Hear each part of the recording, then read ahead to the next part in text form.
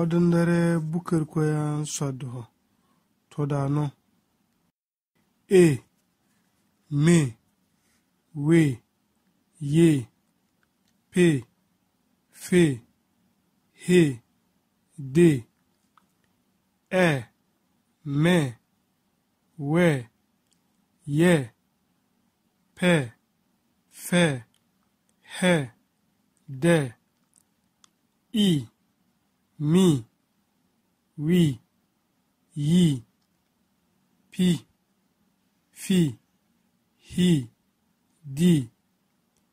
I mi wi yi pi fi I di e te se he de ter ser her der ter ser her der ata aba antai anabai abatai ababai abartarai abrabarai fifiri lemim yonde breya dentir fenfer ware pogonye kusire dore hernyo lekure gosore ne kubankam ku goson o kunao hokuo lentabe akoyem kubu kam nyukoma latui hinni taw udoman haye mintu ku gobe maso wa zinzera wa he ubusu yim kubu bankare mintu so ku sana bur ku bimbe tora kana lebo bin wo min busum brama ka tow ku gobe son guta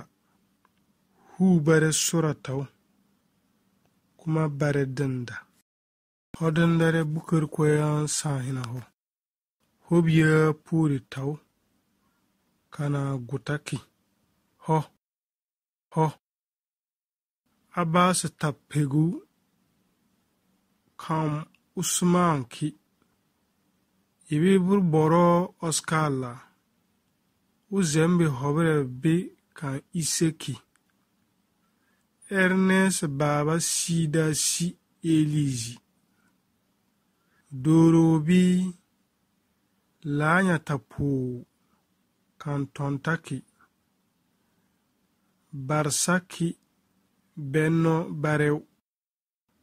tontabam gano yi tir gora swaddi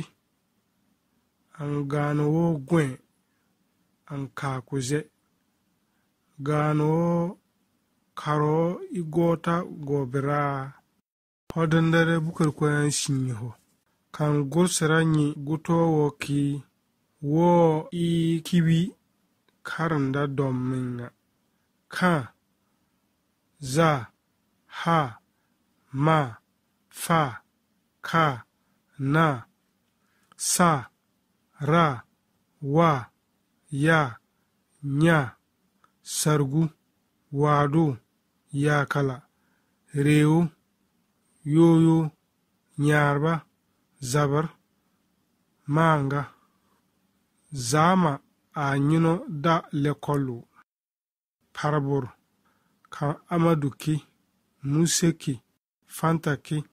dirisaki zama nyino wo hayi hodo karan sambawe aka buron tale dirisan hosodoy ambakare abramun wo turi dirisa bi her busuzam in yabo lekolobo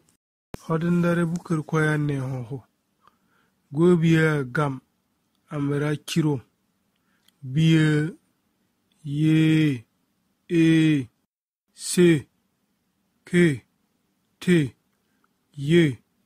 ne ge de be ye gir na no ne ka ko ke sa so se hiye tempige zine mesi nyinyi fem zibe yirbe kure dinde birke zibe guta iwo kuna anna damma an wo banka kibi hiye bo birke ibi dama i duka ibri hidan la doktam kan yirweki kibi woziba do inna bam pure nyanni bibi bre zibe bir gwazere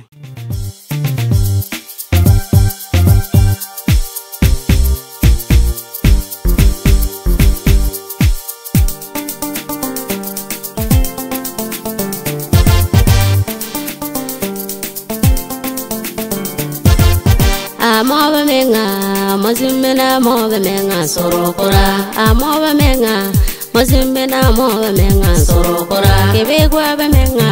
ebe menga fanna ballo sorokora. Kebe kwa hoba menga, ebe menga honna ballo sorokora. Dindene taya, moko madanda yaro. Mo mindene taya, moko madanda yaro sorokora. Kawalo biberia, kawale taluma. Kita welo be furuba, ebe toroka goro le maya, ebe toroka dunia zanno, ebe toroka jinno le maya. Kawa furuba baya, amenga wana na gurzi, amenga nabiya ma gurzi, Muhammad gurzi.